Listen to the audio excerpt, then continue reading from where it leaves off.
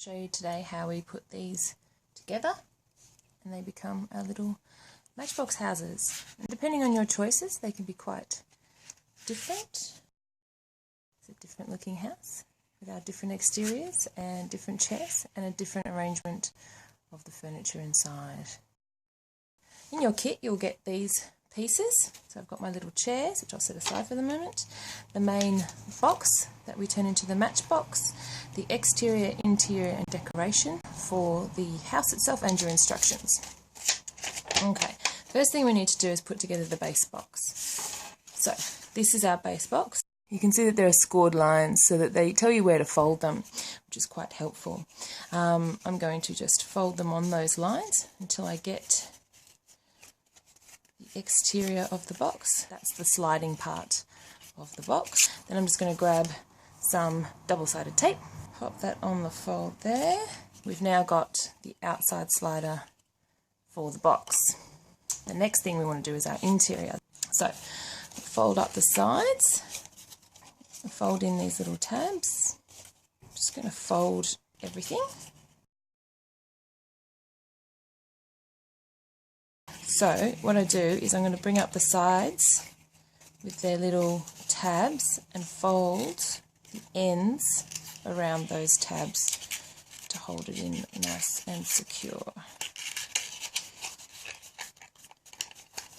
Okay, and fold this one over the top.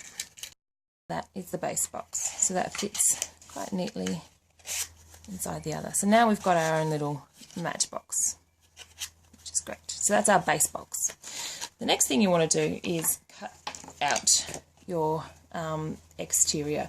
You can see that there are fold lines on those. Now I usually use a ruler or a stiff piece of cardboard as my fold to help me fold.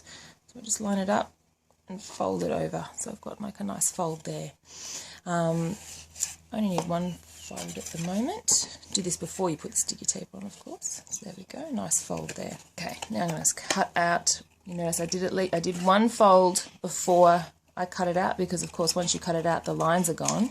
But if I've got one fold, the other folds will become apparent as soon as I stick it onto the box. Okay, again with the double-sided tape, I'm just going to pop this around the edge of my exterior design. One in the middle for good measure. So I've covered that with sticky tape. Now I grab the box and I line up that first fold onto the box. A couple of goes. Did I get it right? There we go. But now I know, of course, that there's a fold there. Fold that one there. And then I can fold this one. And there's the exterior of our house starting to come together. I'm going to take it out and give it a good fold to make sure it's got nice and stuck down. If it extends a little bit, you can, of course, trim it if you wish. It's a little bit there where I haven't done it quite straight, so I'm just going to go snip. No one will know. Snip there too. So that's our exterior. Now we've got our interior. I've chosen the timber interior. Again, it's got the fold lines on it. They're pretty obvious because it's going to go straight down there and straight across there. So I'm not going to worry about folding it before I cut it out. I'm just going to cut it out. Making sure to cut the black out. Again, with my thick piece of cardboard, I'm going to fold in, fold in, fold in, in. Fold those over again.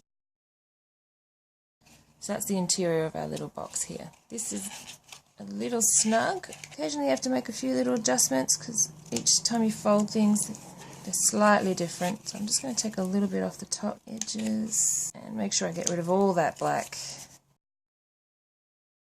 So now that'll fit in much better.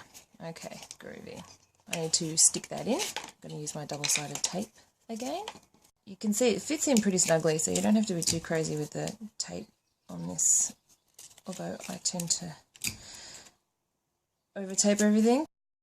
Pop that in the box. push it right down into the corners. I can see again I've got a little bit of overhang, so I just grab my scissors and give that a snip. So now that is the perfect size. Again, it depends on how you fold it as to how well everything fits in. So we give a little extra so that you can adjust it as necessary. So there's our interior looking good.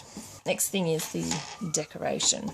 I've chosen a contrasting fireplace, but you can obviously choose whatever you like. You can see that there's fold, fold, and glue. Fold, fold, glue. Glue or tape, either is fine. So I'm just going to cut this out.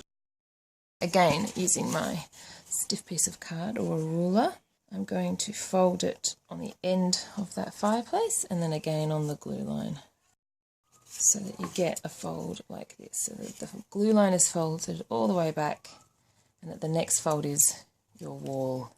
So it goes like that, so that that's how far it'll sit out from the wall. Of course, you can put it into the corner like I did in this one, which just means sticking the glue there and not doing the folds as much, only doing that one fold, and then it becomes a rounded fireplace in the corner. But this is the more traditional centered fireplace within a house. So you end up with a shape like that, with your glue lines on the back. Now I'm going to use tape because you don't have to use glue. They are skinny though, so I'm only going to use half the width of this tape. There we go, and then I'm going to put this one in the middle, like a traditional. Yes, in the middle. You can decide, you can put it anywhere you like. But I think I'll put this one in the middle. Press it down. So there's my fireplace. Nice in the middle of the room. Now it's time to decorate. So the choice of rugs and paintings, quite like the look of painting with the boat for above the fireplace. I think we need a nice rug. Which rug will we use? This long one, but I'm going to need it skinnier, so I'm actually going to cut it a bit skinnier. I can do that if I want to. Yeah, that's going to fit quite nicely. I think I might put more pictures up, one on either side of the fireplace. I like this big tree, but I think that frame is a bit big, so I'm going to cut that frame a little smaller. And ooh, I do like the cat.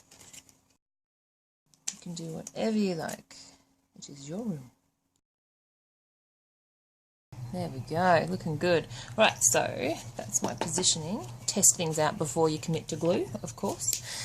You can use double-sided tape again, but I'm going to use glue in this instance. Glossy accents, which I quite like because it's got a pointy tip. I'm going to get the next picture, do the same thing. That looks cute as. And then the tree on the other side. So there's my little den coming together. Let those dry for half a second before I tip it up, and then I'll put the rug on the floor. Again, I can use glue or double-sided tape here. Oh, looking cozy, looking cozy. Now I get my chairs. So I've gone with these silver filigree topped chairs, which are quite cute. And I'm going to put one on either side of the fireplace. Of course, you can pop them wherever you like. In fact, in the one I showed you earlier, I only used one chair. Glue is better for this than tape, obviously. Putting metal onto paper. To make extra sure that these chairs won't go anywhere, I pop an extra bit of blob of glue on their feet once they're in there, just to really make sure they're not going to go anywhere. Oh, look at that. The last thing we need to do is to pop the exterior walls onto the side of the matchbox that's going to slide in. So I'm going to cut these out. Okay, so these are going to go onto the sides here. So it's a little bit bigger than we need, but again, that's better than being too small. So I'm going to stick that on the side, and then that completes the look for the exterior of the house. And then I make sure that the windows and doors match up before I stick it on, so it's the right way up and kind of the right alignment. Yeah, and you can see it's a little bit low at the bottom there, so I'm going to pop it out and just trim it off. I'll do the same on the other side. Okay, so I've got my interior box with its ends, and I can pop that into the main box. It's pretty snug, but it fits, so that we've got our complete little house. And if I push out the box, with a beautiful interior. So that's how we put those together. And of course, as I said, depending on the choices you make, the houses can look quite different. So here's a couple here, and this gorgeous deco-y one with the 70s wallpaper. It's quite fun. So there you go. That is how we put together our matchboxes.